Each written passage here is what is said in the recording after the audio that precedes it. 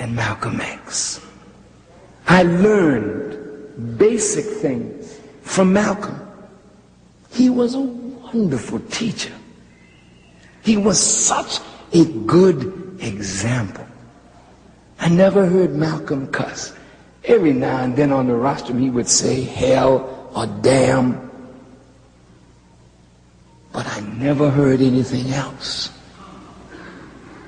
I never saw Malcolm smoke, drink, or even hint that he needed one.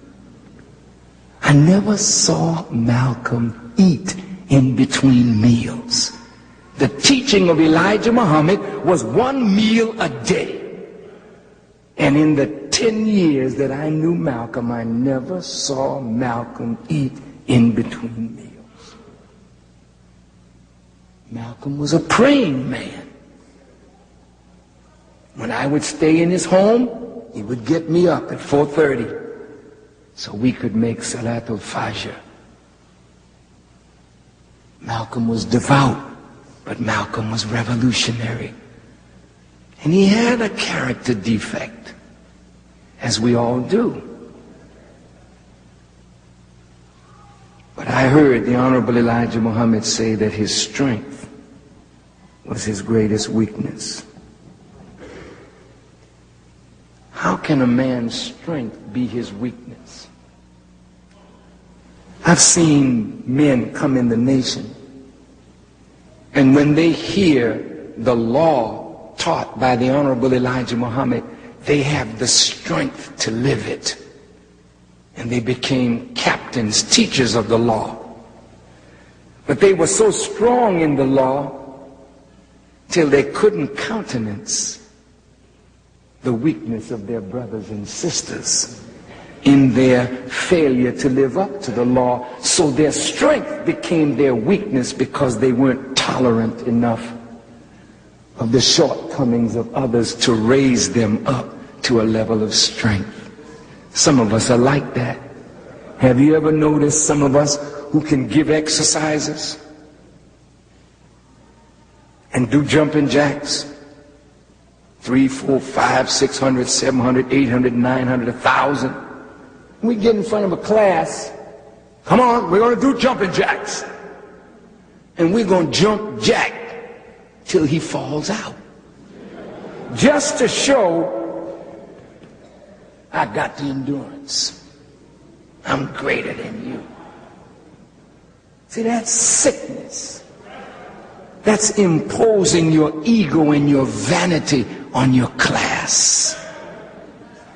Elijah Muhammad, a marvelous teacher. He taught us humility. And one day he said to me, because I used to boast a lot, I didn't even realize how arrogant I was. And sometimes, you know, the eye beholds everything else except itself. And so, you know, you're looking out, but you're not looking in. And I found myself to be arrogant, but I didn't know this. And the messenger would listen to my tapes, and one day I sat at his table, and he said, "Brother, you can tell the righteous. They walk the earth in humbleness." And he pointed to the Holy Quran. He says, Allah loves not any self-conceited boaster, for their boasting is in his ears like the braying of an ass. And the braying of an ass is the most hateful sound in the ears of Allah. Then he said to me, "Brother, no matter how heavy you are, you can't step through the earth." Now some of you in here pretty heavy. Some of you weigh over 300 pounds. And next to some of these thin ones, you may feel like a giant. But go stand up next to a mountain and see how big you are. So he said, since you can't step through the earth or equal yourself up to the mountains, why not take your place as one of Allah's creatures and be humble? These are the lessons that he taught me, he taught Malcolm, he taught Brother Abdullah, he taught us all, didn't he, brother? And when we messed up, didn't the Honorable Elijah Muhammad have a way of teaching us and spanking us and punishing us that he made us better? You belong to organizations. These organizations ain't trying to make you better. You be the head honcho. You. What is your reason for being the head honcho? You shoot straight. Whatever that means. Ain't nobody trying to make you a better person, challenging you when you mess up. But Elijah Muhammad challenged us. Whenever he felt that we vipped when we should have rocked or deviated, he would stop us and upbraid us and correct us and reprove us and admonish us. And he whipped Malcolm many days to make Malcolm a better man. You weren't there. What do you know about it? Malcolm you fell in love with was made by somebody.